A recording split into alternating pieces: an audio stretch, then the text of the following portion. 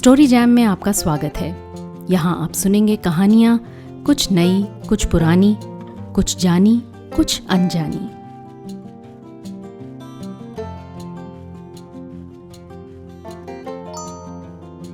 आज सुनते हैं केवल सूद की लिखी कहानी बरगद बाबा।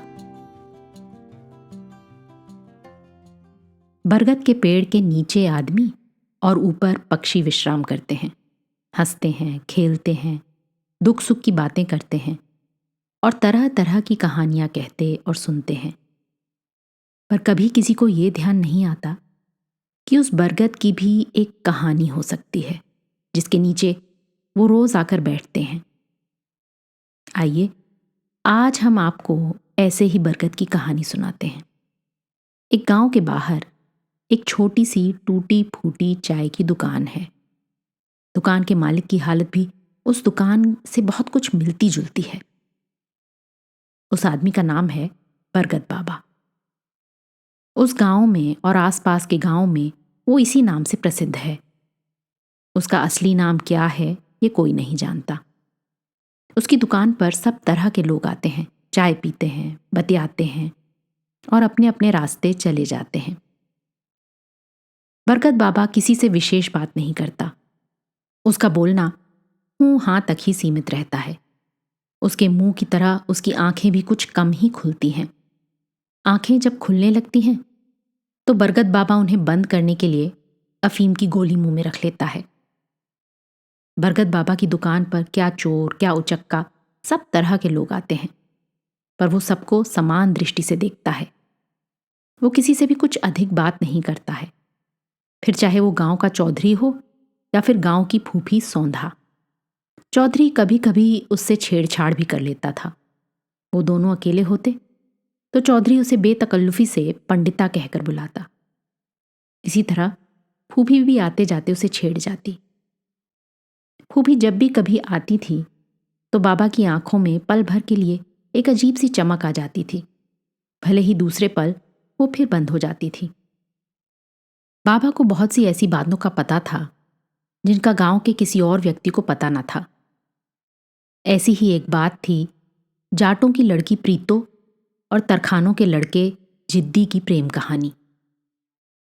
उनके मिलने की जगह यही बाबा की दुकान होती थी। जिद्दी शाम को शहर से लौटता तो चाय के बहाने बड़ी देर तक बाबा की दुकान पर बैठा रहता। प्रीतो खेतों से लौटती तो बरबस उसकी आंखें दुकान की ओर उठ जाती। कभी कभी वो सर पर से चारे का गट्ठर वहीं फेंक बाबा को पानी पिलाने के लिए कहती और फिर इशारों ही इशारों में रात को मिलने की जगह पक्की हो जाती। मशहूर है कि इश्क और मुश्क छुपाए नहीं छुपते।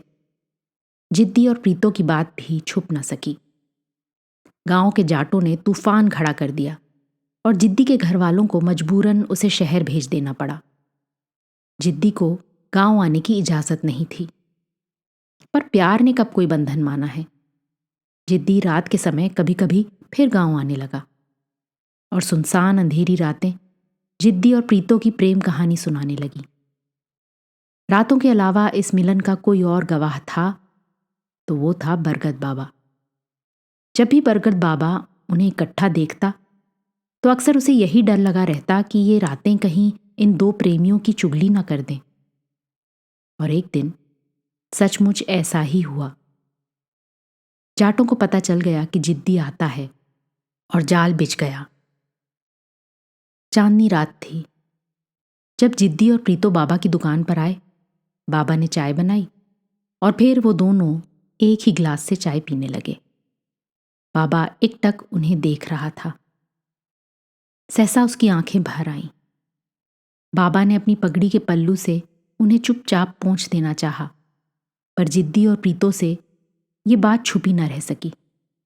दोनों ने एक स्वर में बाबा से पूछा, क्या बात है बाबा?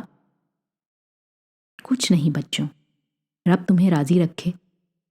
जाओ जल्दी घर चले जाओ, मुझे आसार कुछ अच्छे नहीं दिखाई दे रहे। फिर सहसा चुप हो गया। बाबा कुंद नहीं होने लगा, शायद तुम्हारा नशा उतरने लगा है। गोली खा लो, प्रीतो ने कहा और हंसने लगी। फिर उठकर खेतों की ओर भाग गई। जिद्दी भी उसके पीछे पीछे भाग लिया और बाबा भट्टी की बुझती हुई आग को घूरता हुआ बाहों में मुंह दिए किसी गहरी सोच में डूब गया। थोड़ी देर बाद एक हृदय विदारक चीख हवा में गूंजी और फिर सब शांत हो गया। बाबा अंदर जा चुका था। बाहर उसे कुछ लोगों की आवाजें सुनाई दी। फिर किसी ने उसका नाम लेकर पुकारा। बाबा अपने से ही कुछ कहता हुआ उठकर बाहर आ गया। आने वाले 5 थे। उन्होंने उससे गिलास, पानी और खाने को कुछ मांगा। बाबा ने चुपचाप सब चीजें उन्हें दे दी। फिर एक और बैठ जैसे ऊँघने लगा। आने वाले बड़े जोश में खाते पीते और बतियाते रहे। जब वो आए थे तो उन्होंने अपनी पगड़ियों के पल्लुओं से अपने चेहरे ढांप रखे थे, पर अब वो इस बात के प्रति लापरवाह हो चुके थे और उनके चेहरे साफ होने लगे थे। पास पड़े हुए उनके हथियार चमकने लगे, जिन्हें उन्होंने आते ही जमीन पर रगड़ा और फिर पानी से धोया था। उनमें से एक ने बाबा को भी एक पैग देना चाहा, पर बाबा ने नहीं लिया। तब वे पांचों बाबा के पीछे पड़ गए। तो रोज ही खाते हो, आज इसे भी चक्कर देखो। ये नशा तो सब नशों में सरताज है। पहले तो बाबा कुछ हिचका, पर फिर जैसे अपने आप उसके हाथ ऊपर उठ गए। जब उसने पैग पकड़ा तो उसके दोनों हाथ कांप रहे थे। पैग मुंह तक ले जाते वक्त बाबा कुछ बुदबुदाया, जैसे वो कह रहा हो, तुम खुशी मनाओ और मैं मातम। फिर सब पीते रहे और बतियाते रहे। जाते वक्त वे लोग बाबा के लिए एक बोतल छोड़ गए जिसमें काफी शराब थी। बाबा उठकर अंदर आ गया। नशे के कारण उसके पांव लड़खड़ा रहे थे, पर बाकी बची बोतल अब भी बाबा के हाथ में थी। वो चारपाई पर आकर लेट गया और बोतल सिरहाने रख ली। थोड़ी थोड़ी देर बाद वो उठता, बोतल में से 1-2 घूंट भरता और मुंह ढांप कर लेट जाता। बाबा को अपना बीता जीवन याद आने लगा था। अपनी जवानी की सब घटनाएं उसकी आंखों के आगे चलचित्र सी घूमने लगी थी। अपने गांव का वो सबसे सुंदर ब्राह्मण कुमार था। बांसुरी बजाता जब वो खेतों में निकलता तो दिशाएं झूमने लगती। गांव की लड़कियां उसके नाम की माला जपती। वो था कि कभी किसी की तरफ आंख उठाकर भी नहीं देखता था। अपने नाम मनमोहन की तरह वो सबका मन मोह लेता था। वो स्वयं कहीं नहीं बंधता था। फिर अचानक एक दिन कुछ ऐसा हुआ कि दूसरे गांव की एक लड़की सिंडो को वो अपना दिल दे बैठा। उसकी प्रेम कहानी आसपास के सभी गांवों में दंत कथा बन गई। बात मनमोहन के पिता के कानों तक पहुंची, जो गांव का माना हुआ अमीर भद्र पुरुष था। उसके बेटे का नाम ले लेकर लोगों का इस तरह तरह की बातें करना उसे गवारा नहीं था।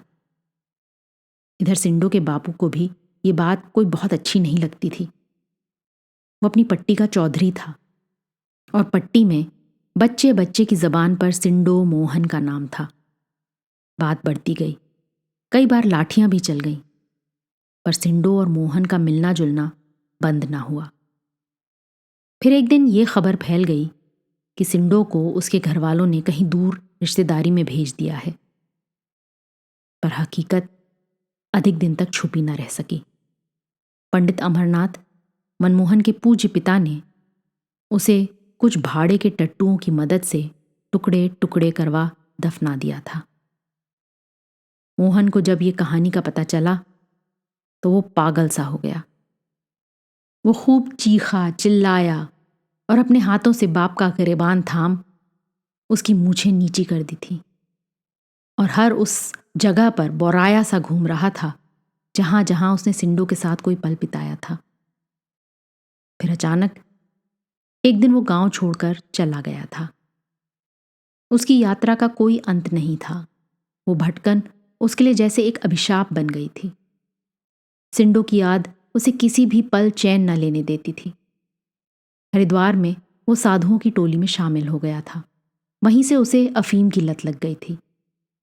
फिर एक दिन उसने वो टोली भी छोड़ दी और भटकता भटकता इस गांव पहुंच गया। जहां वो आज था। गांव के बाहर उसने सोंधा को देखा था। उसे लगा था कि जैसे वो सिंडो का ही दूसरा रूप हो। सोंधा ने उसे पानी पिलाया था और उसे चौधरी के घर तक छोड़ आई थी। वो रात उसने चौधरी की हवेली में ही काटी थी और उन दोनों में दोस्ती का एक अजीब रिश्ता कायम हो गया था।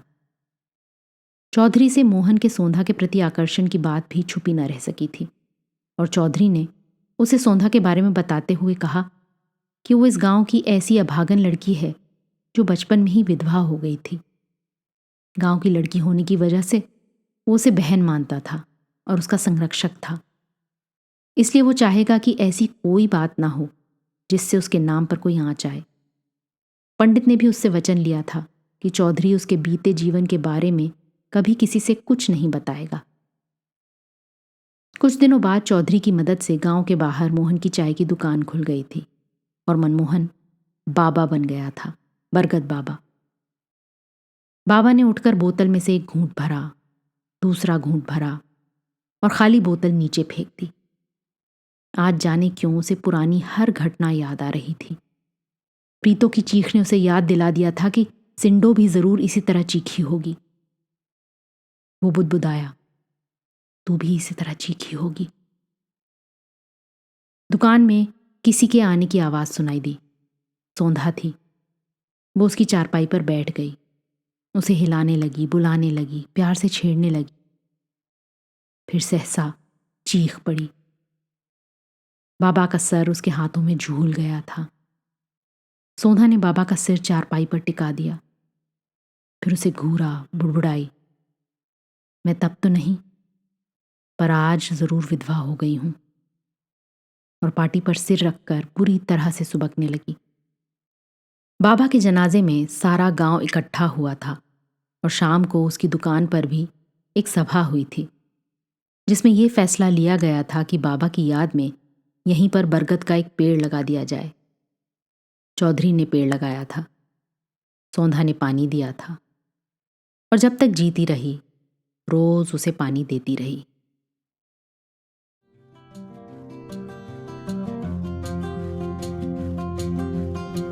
आज की कहानी आपको कैसी लगी अपने कमेंट्स ज़रूर लिखिएगा। साथ ही सब्सक्राइब कीजिएगा। आपके फैमिली और फ्रेंड्स में आप जैसे ही कहानियों के शौकीन कदरदान और हैं, उन्हें ये कहानी व्हाट्सएप पर फॉरवर्ड करें। अगली बार फिर मिलेंगे एक और कहानी, लेख या कविता के साथ। तब तक अलविदा।